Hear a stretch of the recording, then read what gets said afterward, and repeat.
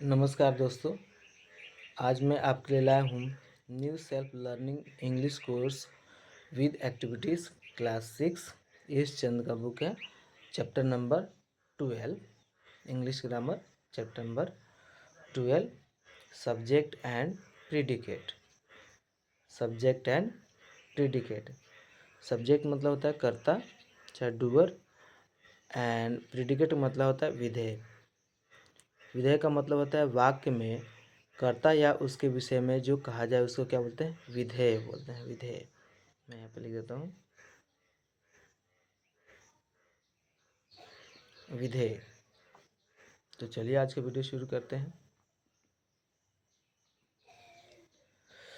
In a sentence we name a person or thing and say something about that person or thing. मतलब कोई भी वाक्य में हम किसके बारे में बोलते हैं, चाहे वो पर्सन हो चाहे थिंग के बारे में, और चाहे उसके विषय में जो कहा जाए उसके बारे में बोलते हैं किसी भी वाक्य में।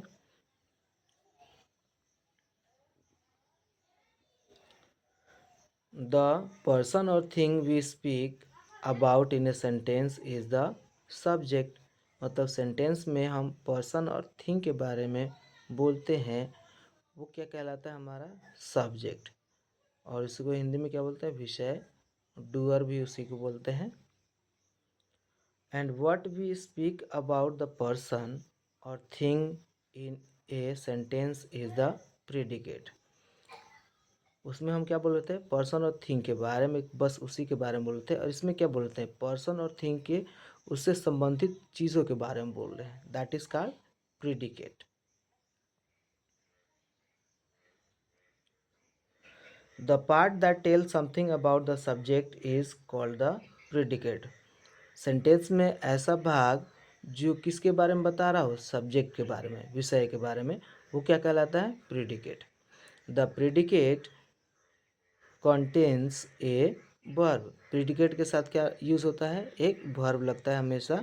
The predicate can be a word और ए ग्रुप ऑफ वर्ड्स। प्रीडिकेट क्या हो सकता है? एक वर्ड भी हो सकता है और ग्रुप ऑफ वर्ड्स भी हो सकता है। फॉर एग्जाम्पल आप देख सकते हैं इसको समझने के लिए। सब्जेक्ट है और ए प्रीडिकेट है। The professor handed out a syllabus on the first day of class। जो प्रोफेसर थे उन्होंने क्या, जो सिलेबस था वो पहले दिन ही हैंडेड आउट कर दिया, मतलब बच्चों को दे दिया।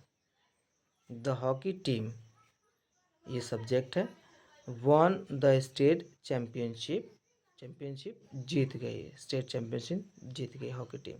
यहाँ पे वन है, हैंडेड आउट क्या है? ये वर्ब है जो हमेशा प्रीडी के साथ, the predicate contains a verb दिख रहा है यहाँ पे, हैंडेड आउट और one.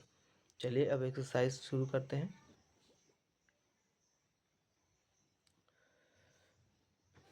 Exercise question number A, complete the sentences by choosing suitable subject from the box given bellow.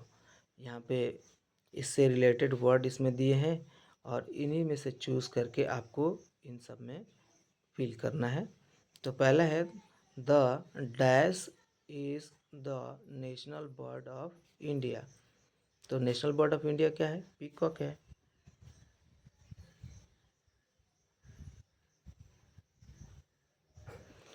The peacock is the national bird of India. Second है dash the famous scientist was born on Christmas day in 1642। ऐसे कौन से scientist थे, वैज्ञानिक थे जिनका जन्म Christmas day के दिन हुआ था 1642 में, 1642 में? तो वो थे Isaac Newton. Isaac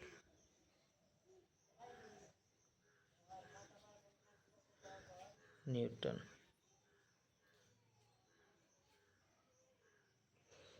next, in dash there are leisure boats criss crossing all the major lakes. तो इसका आंसर होगा in Switzerland.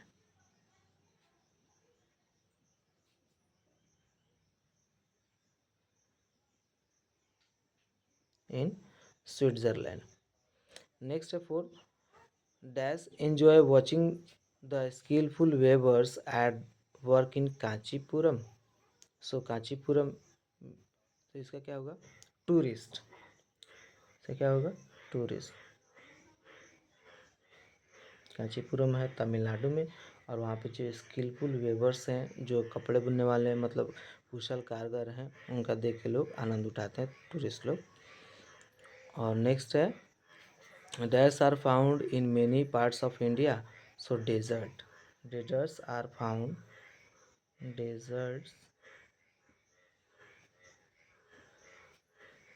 Desserts are found in many parts of the world.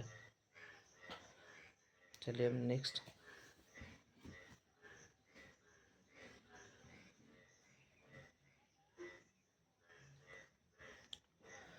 Match each subject with its predicate, one has be done as an example. यहाँ पे क्या कर दिया गया, यहाँ पे इस प्रेडिकेट को मैच करना है, दिस आर द सब्जेक्ट, और प्रेडिकेट से मैच करना है। तो पहला आपके लिए कर दिया गया है, Sania Mirza is a well non tennis player. Sania Mirza क्या है, एक जानी पहचानी टेनिस प्लेयर है। दूसरा है मंजू, तो मंजू का क्या होगा, यहाँ पे देखिए, Manju has completed 4 of her paintings. तो इसका क्या हो जाएगा, दूसरे का जी, दूसरे क्या हो जाएगा, जी। नाउ तीसरा गुलीवर, तो गुलीवर का क्या हो जाएगा, ये रहा तीसरा, was marooned on an island, marooned an on an island, Gulliver का हो जाएगा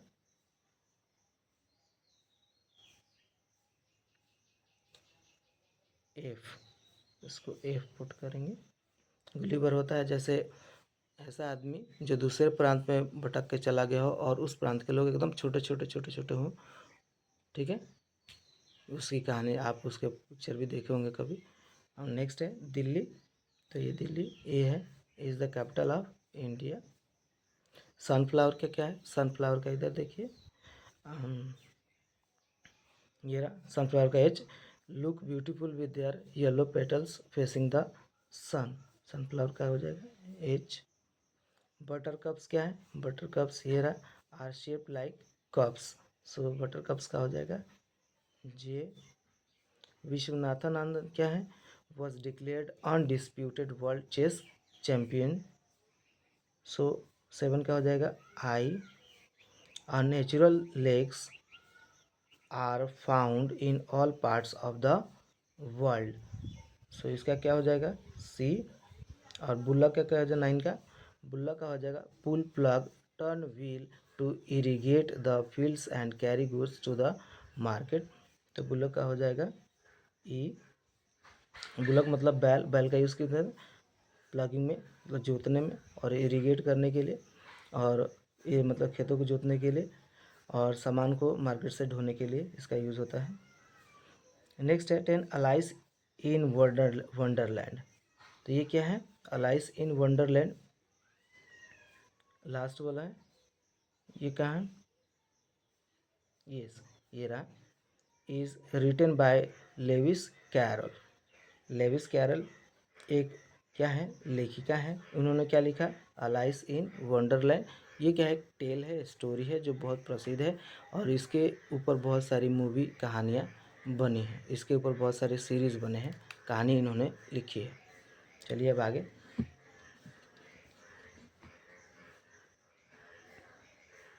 question number C, add suitable subject और predicate to each of the following sentences.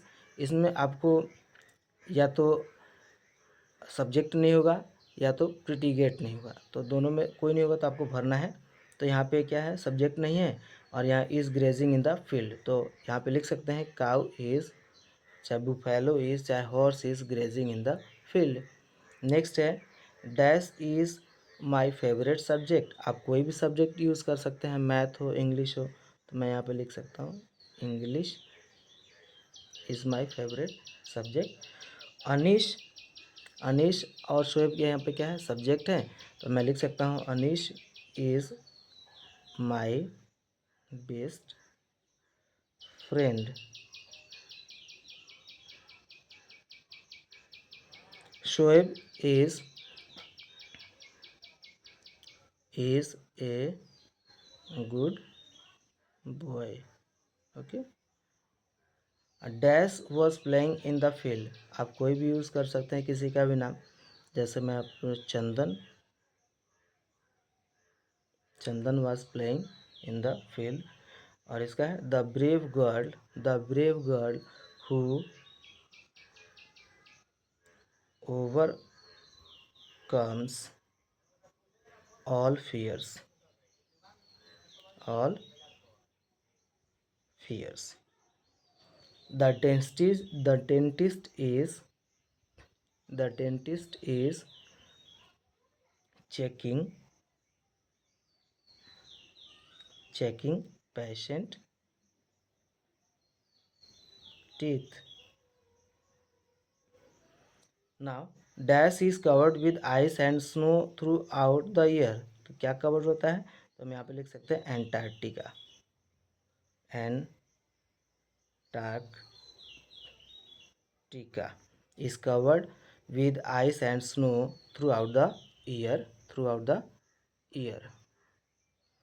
9 number है dash are very good hockey player. So यहाँ पे कुछ भी लिख सकते हैं, वी आर, दे आर।